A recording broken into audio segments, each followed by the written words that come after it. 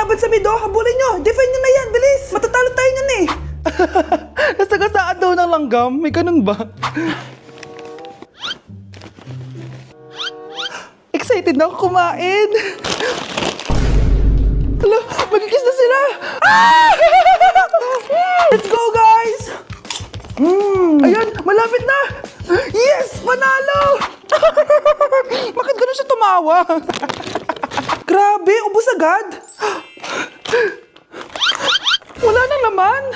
Grabe kayo. Ako bumili tapos kayo kumain. Next time kasi, Nay, bilhin mo na lahat ng crispy patata sa supermarket. Sige po, madam. Pakainit. Nay, anong ginagawa mo dyan? Pinapainit ko lang lutuan natin. Uso kasi to, anak. Uso, Nay? Bakit di na lang doon sa kusina? Sa sobrang init ng Pilipinas ngayon, ayan, pwede ka na magluto. Diba? Tipid sa gas. Grabe. Ang talino mo, Nay. Makakatipid na ako neto. Anak, check mo nga dyan yung sinain ko. Okay na po to, Nay.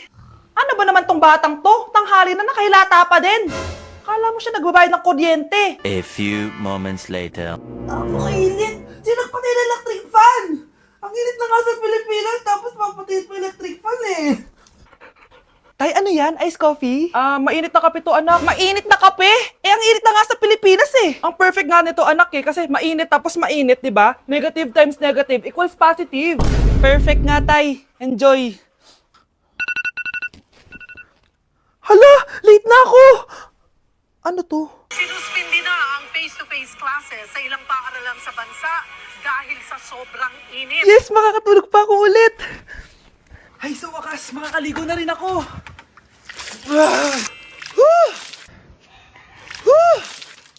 Hi, Cheska.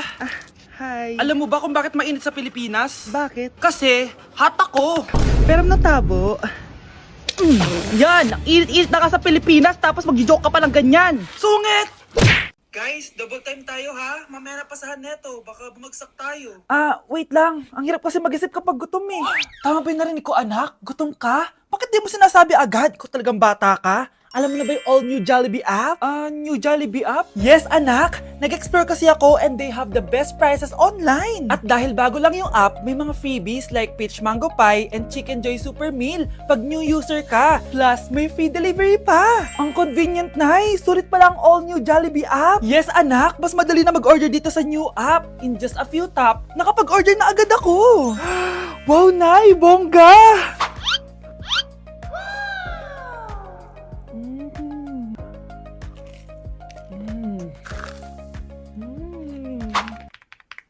Ayan, napasa ko na yung research namin. O, diba? Sabi ko sa'yo, ikain mo lang yan eh. Kaya ikaw, i-download mo na ang all-new Jollibee app. Order na!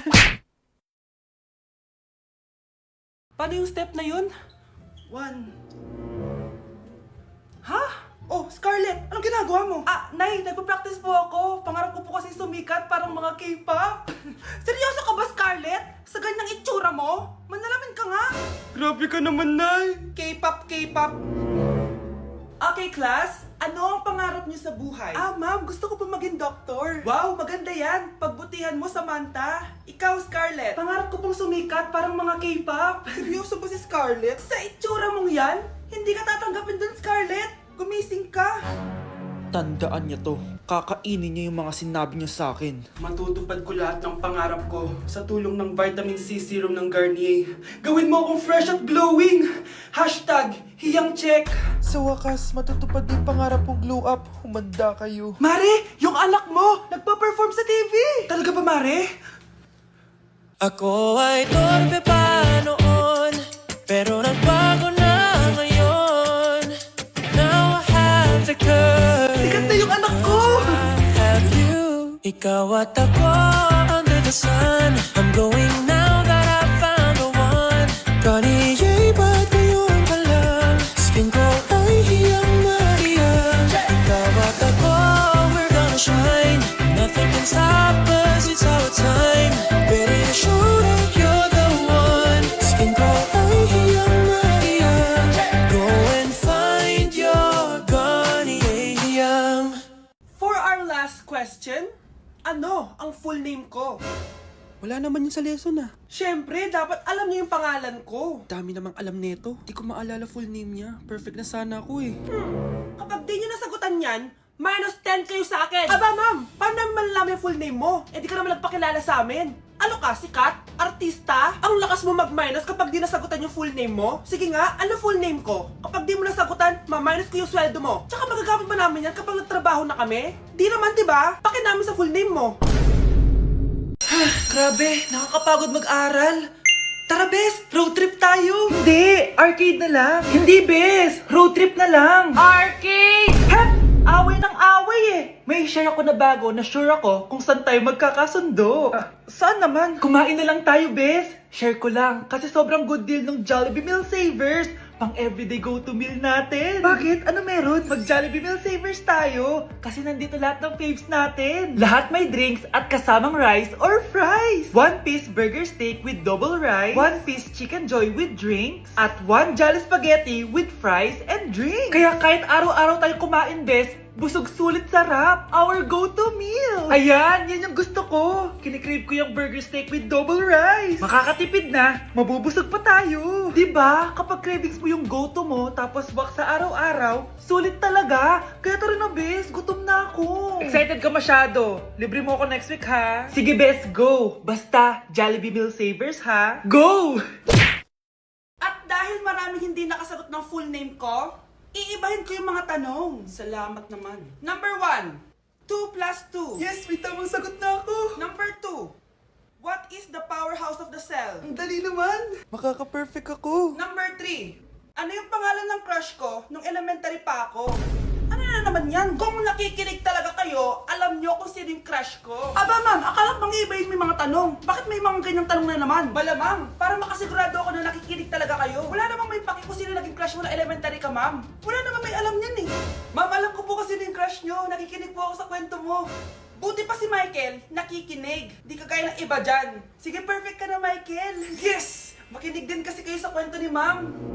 Number 4, sino yung pinsan ng kapatid ng lola ko na tita ng mama ko na pamangkin na ate ko?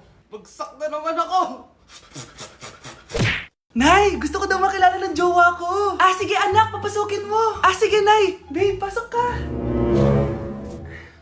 Halika kayo, kumain muna kayo. Babe, kain ka na. Anong pangalan mo, iho? Anak, hindi ba ito nagsasalita? Baka nahihiya lang yan, Nay. Ikaw talaga, babe. Sige, kain na kayo.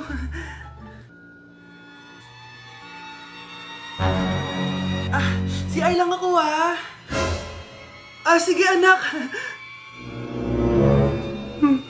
Anak, matagal ka pa ba? Sabi ko na multo ka eh. Halika dito. Anak! Bakit ka tumatakbo, Nay? Yung jowa mo! Multo siya! Pinagsasabi mo dyan, Nay! Anak, tingin ka sa likod! Ay, Mare! Nay, umalis na tayo dito! Tara na, anak!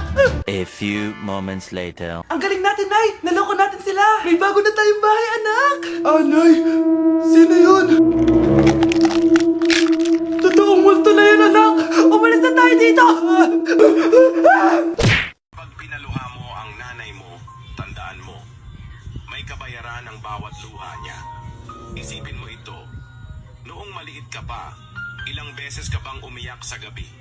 Ilang beses kang nagkasakit at nag-alala siya? Ilang beses kang nagutom at tiniis niya ang sarili niyang gutom para lang may maihain sa'yo? Pero ngayon, sino ang lumuluha? Ganun. Pag sumagot ang bata, bastos agad? Hindi ba pwedeng nagpapaliwanag lang? Hindi ba natin kaya makinig? Lalo na kung ang bata, maayos naman ang pananalita, hindi naman mataas ang boses, hindi naman bastos pag nagpapaliwanag. Ang iba kasi sa atin, hindi naman nila lahat talagang ayaw makinig. Pag nagpapaliwanag ng bata, sure na tayo. Ang makakasagot na to may plus point sa akin. What is 2 times 2? Ma'am ako, ma'am. Wala bang gustong sumagot? Ma'am, alam ko po yung sagot. 2 times 2. Ma'am. Okay, Samantha. 2 times 2 is 4. Very good. May plus 5 ka sa akin. Ang daya naman, kanina pa ako nagtataas ng kamay. Ma'am, pwede pa po ba ako mag-take ng quiz? Absent kasi ako kahapon eh. Ay, hindi na! Absent pa more! Tatamad-tamad ka kasi mag-aral! Nagkasakit po kasi ako, ma'am. Anong gagawin ko? Ma'am, pwede ba ako mag-quiz kahit absent din ako kahapon? Oo naman. O ito, magsimula ka na. Thank you po, ma'am. Eh, bakit siya pwede mag-quiz, ma'am? Bakit? May problema ka ba? Oo, may problema ako. Favoritism ka. Palagi na lang sa samantay binibigyan mo ng chance. May galit ka ba sa akin, ma'am? Sabihin mo. Hindi ako galit sa'yo. Pero sa nanay mo, oo. Wag na wag mong dadama yung anak ko sa problema mo sa akin. Nay, anong meron? Yang nanay mo, pabida. Dapat ako yung top 1 ng high school kami. Alam naman natin dalawa na deserve ko talaga maging top 1. Hindi kagaya mo, binabayaran yung school para tumaas ang grade. Totoo ba yun, Nay?